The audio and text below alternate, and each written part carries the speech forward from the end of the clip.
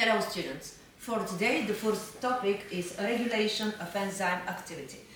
Actually, this is the most important feature of all enzymes because if we know how they can be regulated, we can control their activity by pharmacological drugs or by pharmacological control. The mechanisms of regulation means that regardless of changes in the external environment, organisms maintain homeostasis in the intercellular environment thanks to the ability to regulate enzymatic activity. There are two main mechanisms to regulate the enzyme activity. The first mechanism is a regulation thanks to the control of the amount, control of the availability of the enzymes. The second type is a regulation of the catalytic activity, but not amount. Let's start with number one, a regulation of the absolute amount of the enzyme. Let's think about that. How can we increase or decrease the amount of the enzymes? Actually, we need to start thinking about the formation of the enzymes. Before that, students, one question. What kind of nature are the enzymes? Let's start from the nature, from the chemical structure. The enzymes are proteins. That's why the information for the synthesis of all proteins comes from DNA. Which means the information for the formation of any enzymes comes from DNA. That's why the first process to increase the formation of enzyme will be to activate the gene, the corresponding gene, which is responsible for the corresponding enzyme. This is called gene expression, or the process is called induction. Induction means activation of transcription of the gene for a given enzyme. When we're talking about the entire operon, which includes all enzymes from one metabolic pathway, it is called coordinated induction.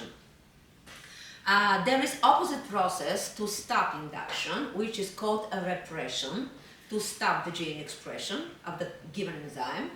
And the similar term is called coordinated repression, where there is suppression of all enzymes in the pathway. These enzymes that can be regulated by such of this induction are called inducible enzymes. All the rest that are not regulated by induction or are expressed constantly in the cells because they participate in the basic metabolic pathways are called constitutive enzymes. Inducible enzymes or constitutive enzymes.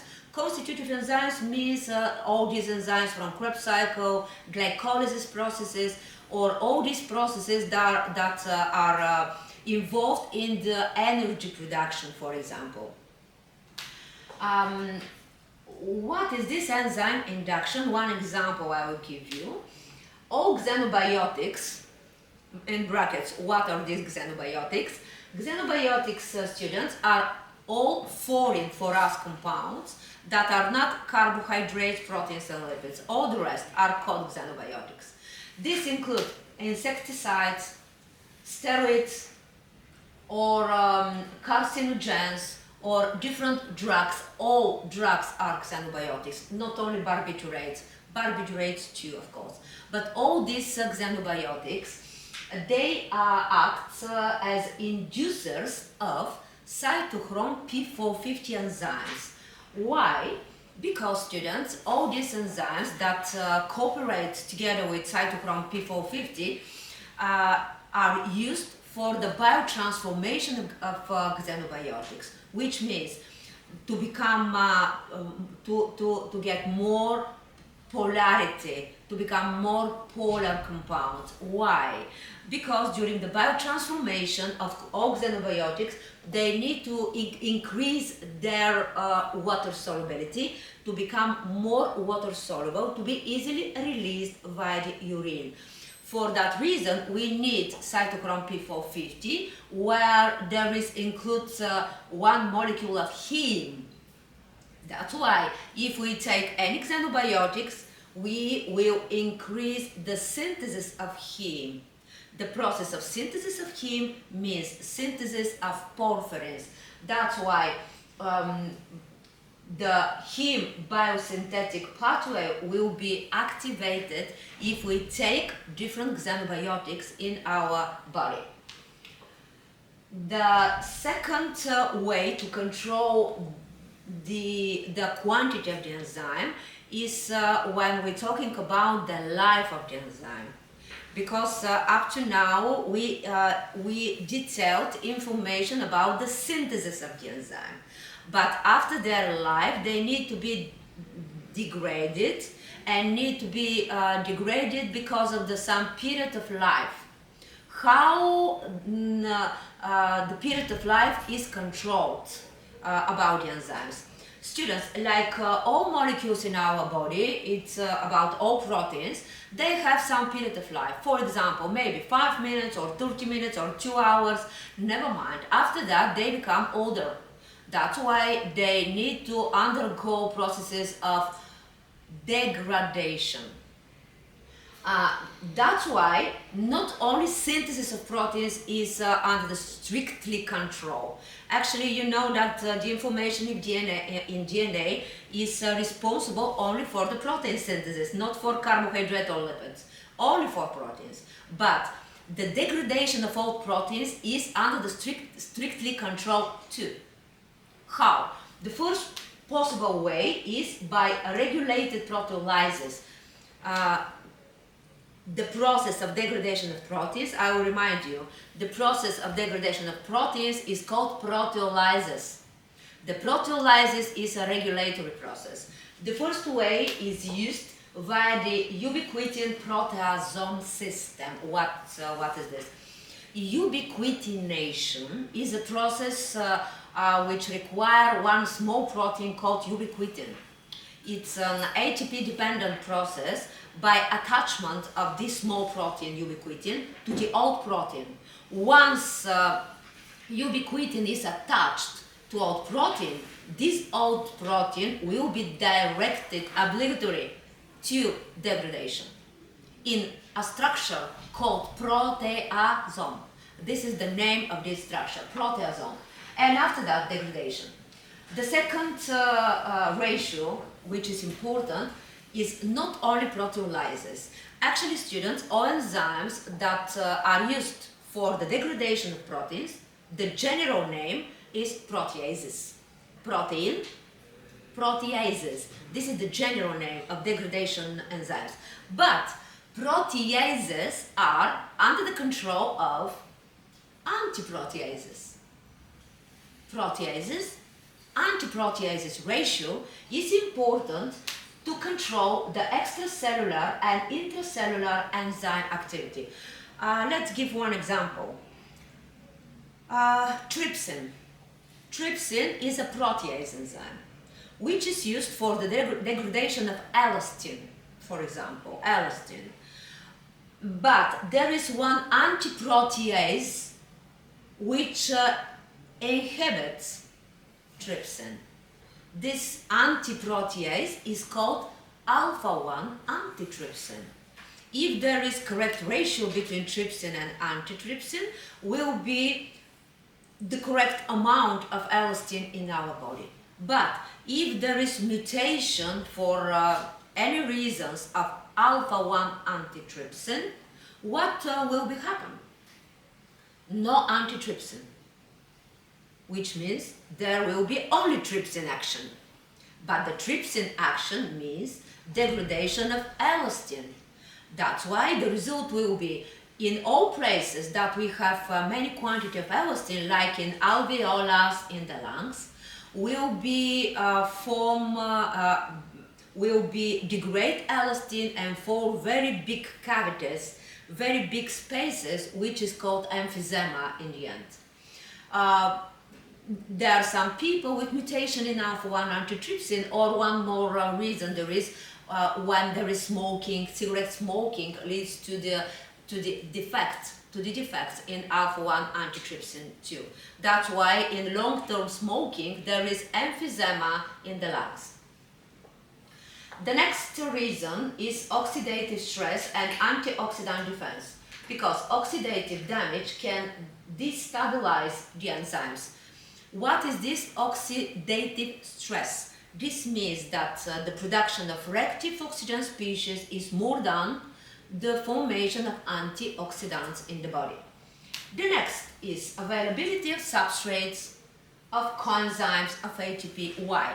You know, students, from the last lecture that for the correct action of any enzymes, we need to have enough conditions like optimal pH, optimal temperature.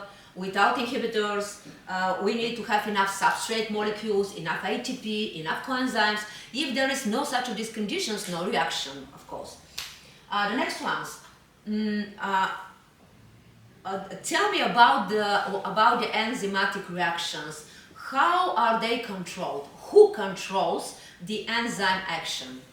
Actually, students, the question if there is any pathway or no depends on the enzyme availability, but who controls the enzyme? This is the question, and actually the enzyme action is under the control of hormones or endocrine system, growth factors, cytokines, and they regulate synthesis and stability at transcriptional and post-transcriptional control of enzymes. And the last one is activation by process called activation from inactive to active form of the enzymes. These inactive form of enzymes are called zymogens or pre-enzymes, inactive enzymes. It is important in the activation of many enzymes from digestive system like trypsinogen, trypsin, or in the blood clotting fibrinogen, fibrin. And the second type of main type of regulation of enzyme activity is when we're talking about only activity, but not amount. How the enzyme activity can be regulated? Number one is regulation through compartmentalization. What are these compartments? Compartment means organelles but plus cytosol, because many reactions occur in the cytosol, some of them in the mitochondria, some of them in the endoplasmic reticulum, and etc. Students, here the example is that there are two initial absolutely the same enzymes in two different processes, like in ketogenesis. Ketogenesis is a process that occurs in the mitochondria, but absolutely the same first two enzymes are in the cholesterol synthesis, which occurs in the cytosol. Both start with acetyl coenzyme A, but occur in different compartments, preventing pathway conflict. The second mechanism is called shuttle. Shuttles mechanisms, or just shuttles. What are these shuttles? Students, in our cells there is one membrane which is very, very impermeable for many compounds. This membrane is inner mitochondrial membrane. Actually, there are a few molecules that can pass through this membrane, but by specific transporters. If there is no transporters, no transfer to this membrane. Especially, we're talking about hydrogen atoms too. No any compound can be transported through this membrane. That's why, students, exist such of these mechanisms that are used to transfer compounds from the cytosol to the mitochondria, or from the mitochondria to the cytosol. The first shuttles are glycerol triphosphate shuttle and malate aspartate shuttle. Let's explain the first one, glycerol triphosphate shuttle. This shuttle is used for the transfer of hydrogen atoms. Which hydrogen atoms need to be transferred? These ones, students.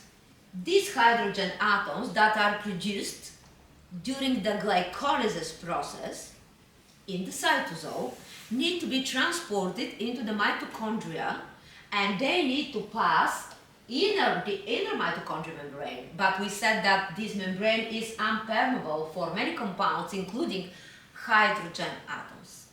That's why there is this mechanism in which this NADH is used in this reaction as cofactor of the enzyme glycerol triphosphate dehydrogenase.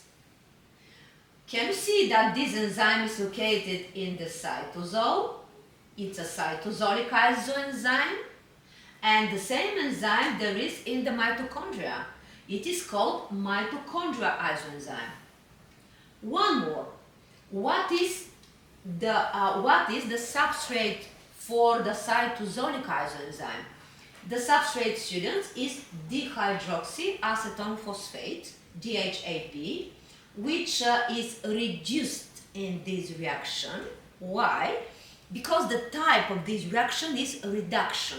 Reduction means that two hydrogen atoms from NADH, these two that need to be transported into the mitochondria, are involved into the substrate. And in this situation, now they are into the product. The product name is glycerol triphosphate. Then, this compound passes outer mitochondrial membrane because no problem to pass the outer one. But in the intermembrane space, there is dehydrogenation. This is the type of the reaction of glycerol triphosphate by the mitochondrial isoenzyme glycerol triphosphate dehydrogenase. The product of the reaction is the same, GHAP, which returns back to the cytosol. But at the same time, the cofactor of this enzyme is FAD. FAD accepts both of the hydrogen atoms and is reduced to FADH. Then, the next question is how the hydrogen atoms, in which form the hydrogen atoms are transferred into the mitochondria.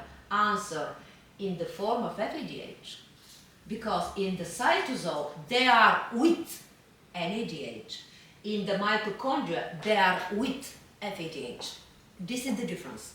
That's why this FADH will go to the respiratory chain, where will be produced 2 ATP molecules. You'll see in the next lectures why, how, and when. The next shuttle is called malate aspartate shuttle.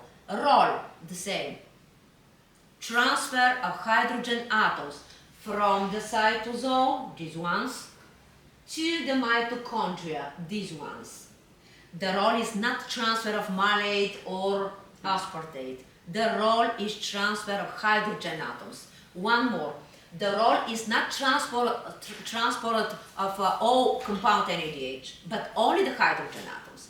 Because, let's explain the reaction. Actually, where we need to start from? We need to start from this molecule, NADH. This is the molecule that is produced during the glycolysis. And these hydrogen atoms need to be transported, but not NAD, only the hydrogens. What is the role of NADH in this reaction? In this reaction, students, NADH is used as cofactor of the enzyme malate dehydrogenase, which is cytosolic isoenzyme. After that, the hydrogen atoms are accepted by oxaloacetate, which is reduced and is converted to malate. NADH is oxidized to NAD+. Then, malate is transferred by outer mitochondrial membrane with no problem. Then there is transporter for malate, and now malate is into the matrix. and it is ready to be dehydrogenated to oxaloacetate, reduced compound, oxidized compound. What is the role of NAD in this reaction? It is a cofactor for malate dehydrogenase but mitochondrial isoenzyme. This is the cytosolic one, and the cofactor is NADH. This is the mitochondrial isoenzyme, but the cofactor is NAD. And NADH is produced in the end. Now, the hydrogen atoms are inside the mitochondria.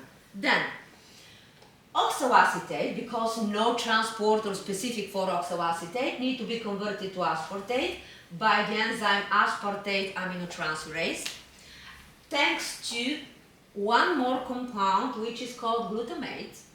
Actually, students, this process is called transamination and uses two substrates, oxaloacetate plus glutamate, and two products are produced, aspartate plus alpha-ketoglutarate.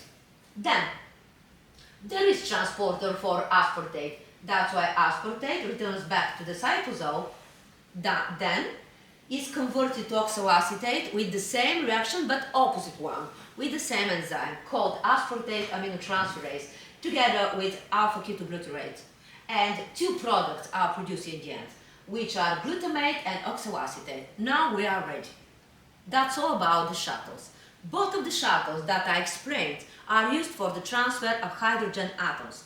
But exist more shuttles, like for example, there is a shuttle for transport of fatty acids.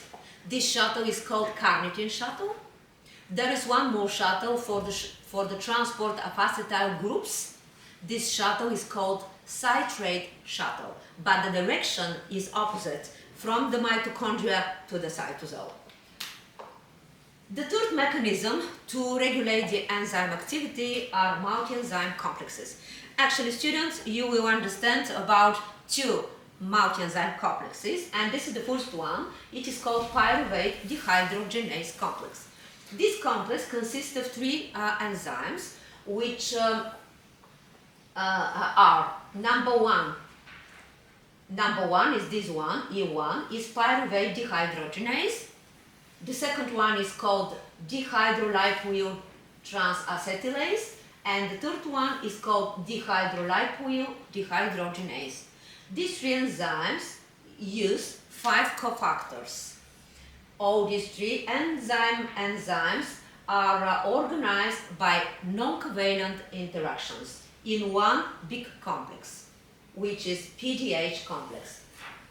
The product is acetyl coenzyme A, the substrate is pyruvate. The next example is this complex, which is called fatty acid synthase complex. It is consists of two dimers. This is the first dimer up, and down is the second dimer. That's why it is called homodimer, because there are two the same dimers. Each dimer consists of 6 enzyme activities plus 1 as acyl carrier protein. Enzyme number 1, number 2, 3, 4, 5 and 6 plus acyl carrier protein. The next dimer is the same. Enzyme 1, 2, 3, 4, 5, 6 and acyl carrier protein. Do you remember what was involved in the acyl carrier protein? There was one vitamin, water-soluble vitamin, which is vitamin B5 or pantothenic acid. It is involved in the acyl carrier protein, students. Why we need these multi-enzyme complexes? What is the advantages? The advantages is that they ensure efficiently control and channeling the intermediate products and the entire control. The whole enzymatic complex is activated and the entire complex will be inhibited. Not only one separate enzyme, like in other processes that are catalyzed by single enzymes. That's why the enzymatic activity will be increased totally.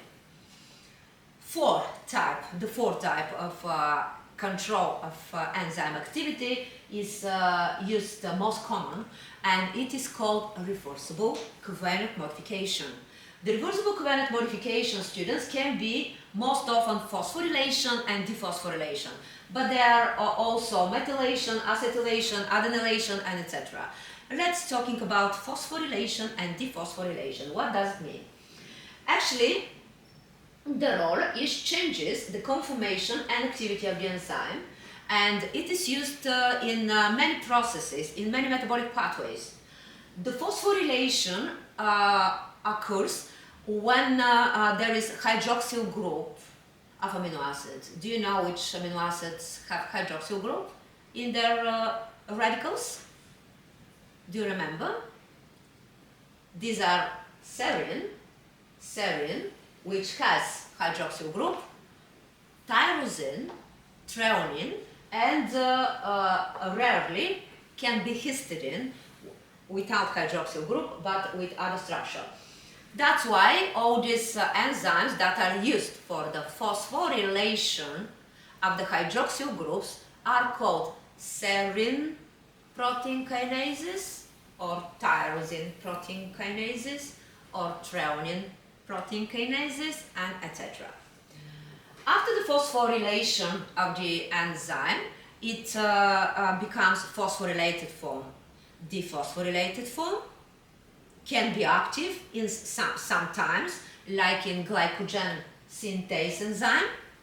Sometimes the phosphorylated form can be active, like in glycogen phosphorylase enzyme. The enzymes that are used for the phosphorylation are called kinases, or the whole name is protein kinases.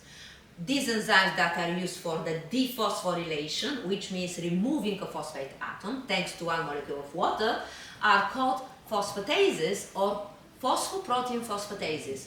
With other words, the pair of enzymes that are used for this modification is kinases and phosphatases.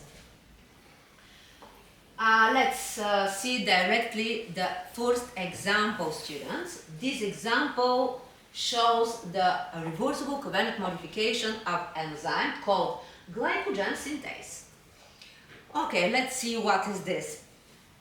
Actually, students, this enzyme exists in two forms. The first form on the left with blue color is called dephosphorylated form because there is only one OH. Actually, this is the active form in this enzyme. That's why here are written the substrate and products. What about the red one in red color? This form of the enzyme, glycogen synthase, is phosphorylated form because there is written P, but this form in this situation is inactive. How dephosphorylated form can be converted to phosphorylated form?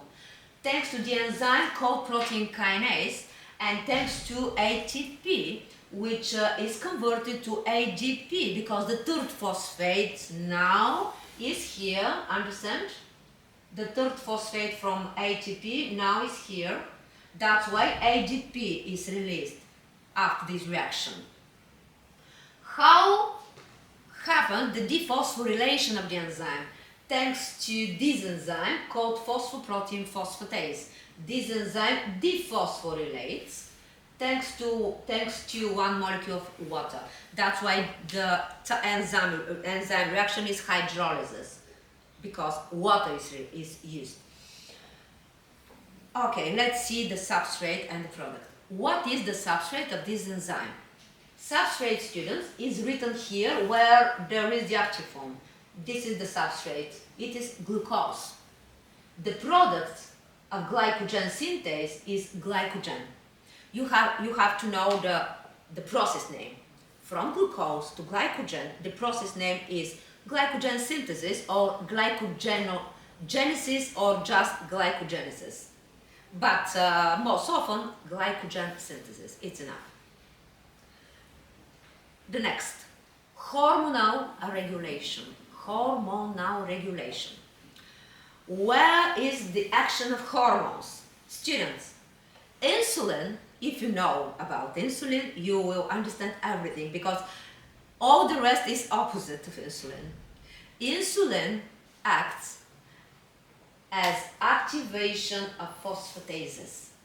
Insulin activates phosphatases, which means because they will be active, they dephosphorylate this inactive form to become active. That's why the result, the consequence will be insulin activates the glycogen synthase. One more. Insulin activates the synthesis of glycogen. One more. Insulin decreases the glucose. Why? Because it is involved in the structure of glycogen. It's one of the reasons.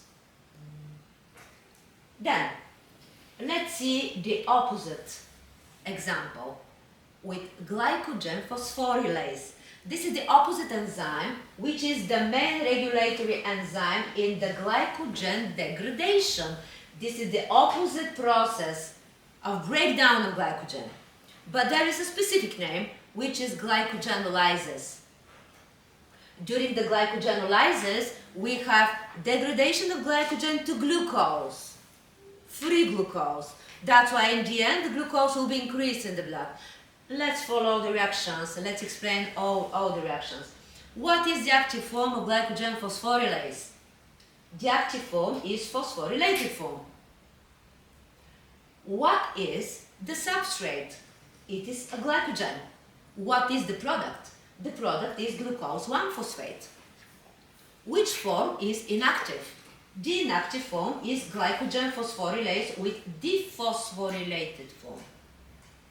Which enzyme is used for the phosphorylation? It is phosphorylase kinase. Which enzyme is used for dephosphorylation? It is phosphoprotein phosphatase. Actually, they are the same, like in the previous scheme. Let's see the hormones. Absolutely the same are hormones, students. In this scheme, insulin activates the same enzyme, which is phosphatase. What about the kinases? The kinases are activated by contrainsular hormones, like glucagon, adrenaline, and etc. Which means, in this scheme, what will be the action of insulin according to this enzyme, glycogen phosphorylase? If we know that insulin activates phosphatases and phosphatases dephosphorylate the active form, which means that insulin in the end will use for the formation of inactive form of the enzyme. To summarize, insulin inhibits the phosphorylase enzyme. Opposite, which hormone activates the glycogen phosphorylase? Answer, glucagon and adrenaline. Why? Because they activate kinases. Then the kinases phosphorylate the enzyme to become active in its phosphorylated form. To summarize, glucagon and adrenaline activates glycogen phosphorylase in its phosphorylated form, which means they activate glycogenolysis. Insulin, opposite, inhibits the glycogenolysis. What will be the consequence, the result in the end? After the full activation of glycogenolysis, will be produced free glucose in the end. That's why adrenaline and glucagon, they increase the glucose in the blood because they activate glycogenolysis. But if you see only this scheme, here is not written glucose. You can see glucose 1-phosphate, but it's not free glucose, it's different. That's why let's add some additional information about 2 more enzymes that are not written here. You can take notes. Glucose 1-phosphate, after that, undergoes some isomerization by one enzyme called phosphoglucosamidase, which is used for the conversion of glucose 1-phosphate to glucose 6-phosphate. And one more enzyme there is, which is called glucose 6-phosphatase, which is used for the dephosphorylation of glucose 6-phosphate to free glucose. In the end, insulin decreases the glucose in the blood. It's the only one. All the rest increase the glucose in the blood. One of the reasons is activation of glycogenolysis. But it's not the entire true in biochemistry, because you know that biochemistry is the science with with many details.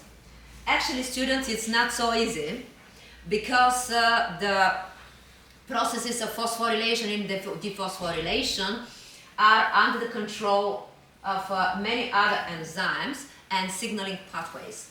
And this is one of the examples of cascade phosphorylation. Let's follow the reactions of this signaling pathway of adrenaline or glucagon. It's the same action. Adrenaline or glucagon is recognized from membrane receptor with green color. First, why the receptor is membrane? Why? Do you know, students? Why they need membrane receptor but not intracellular receptor? Yes? Because they're water soluble. Absolutely. Yes, correct answer. Because they are water soluble, but the membrane is lipid soluble, which means they need membrane receptor. They cannot enter through the lipid soluble membrane. That's why they are recognized from membrane receptor to form hormone receptor complex. Then, this conformational changes leads to the activation of so-called G protein. G protein activates the adenylate cyclase. It is an enzyme which is membrane-connected enzyme. Then, this enzyme catalyzes the reaction from ATP, which is a substrate for this enzyme, to cyclic AMP, which is a product of this enzyme.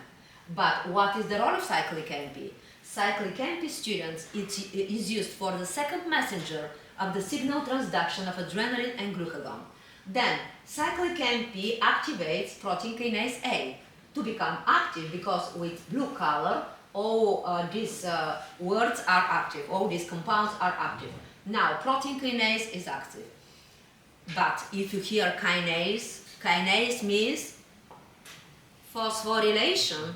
This is the process of phosphorylation. They catalyze the process of phosphorylation.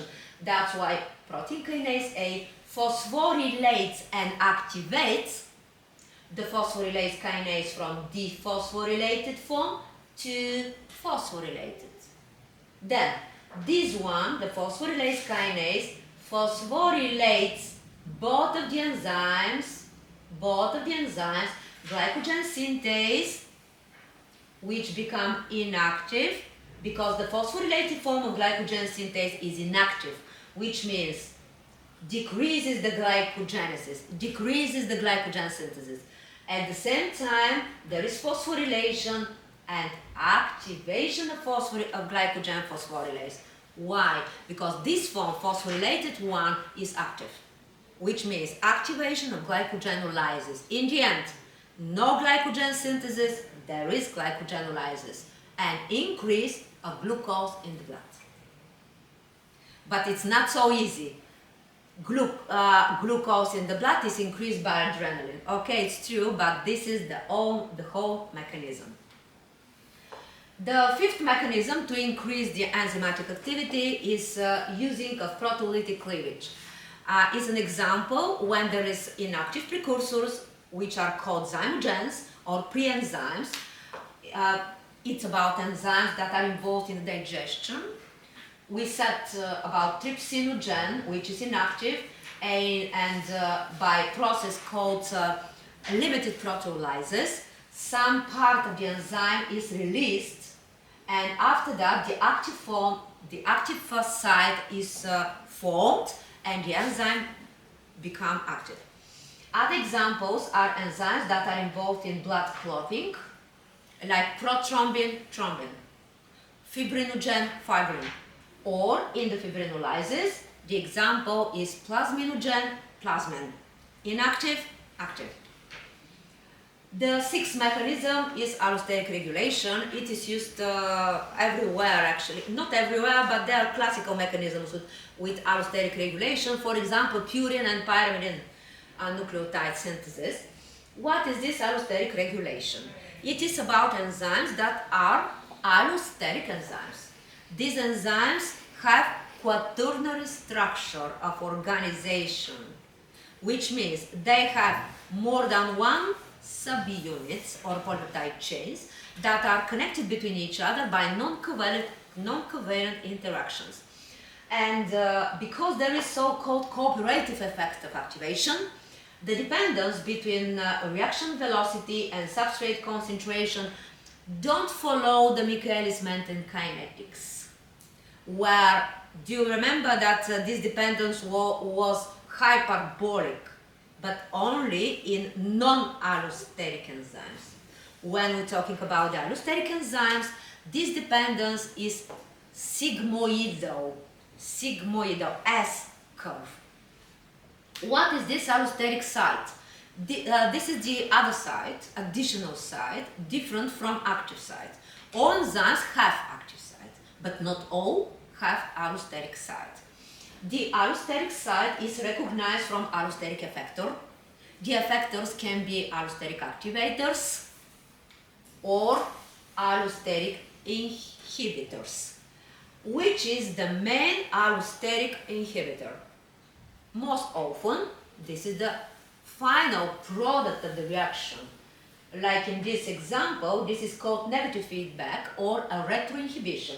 The final product inhibits the main enzyme, the main regulatory enzyme.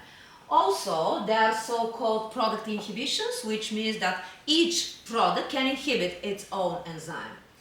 Which is the main allosteric activator? It is the substrate of the reaction. Like in this situation, for example, this example from glycolysis, there is fructose 1,6-biphosphate can activate one of the final enzymes in the glycolysis pathway. The classical example of allosteric regulation, as I said, is about purine and pyrimidine nucleotide synthesis.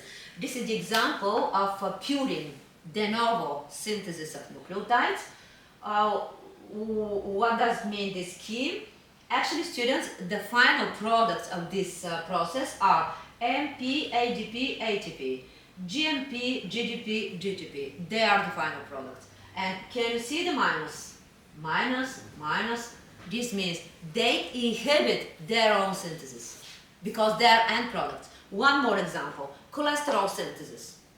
Which is the main inhibitor of cholesterol synthesis? Cholesterol. Why? Because this is the final product, that's why. What about the activator? We said that the main activator is the substrate. Can you see the plus from PRPP? Actually, the substrate is ribose 5-phosphate, but after the activation, it is converted to phosphoribosyl pyrophosphate. The abbreviation is PRPP. That's why actually this is the main activator of de novo synthesis of purine nucleotides. This is the classical allosteric regulation. And that's all for the regulation of enzymes from this topic.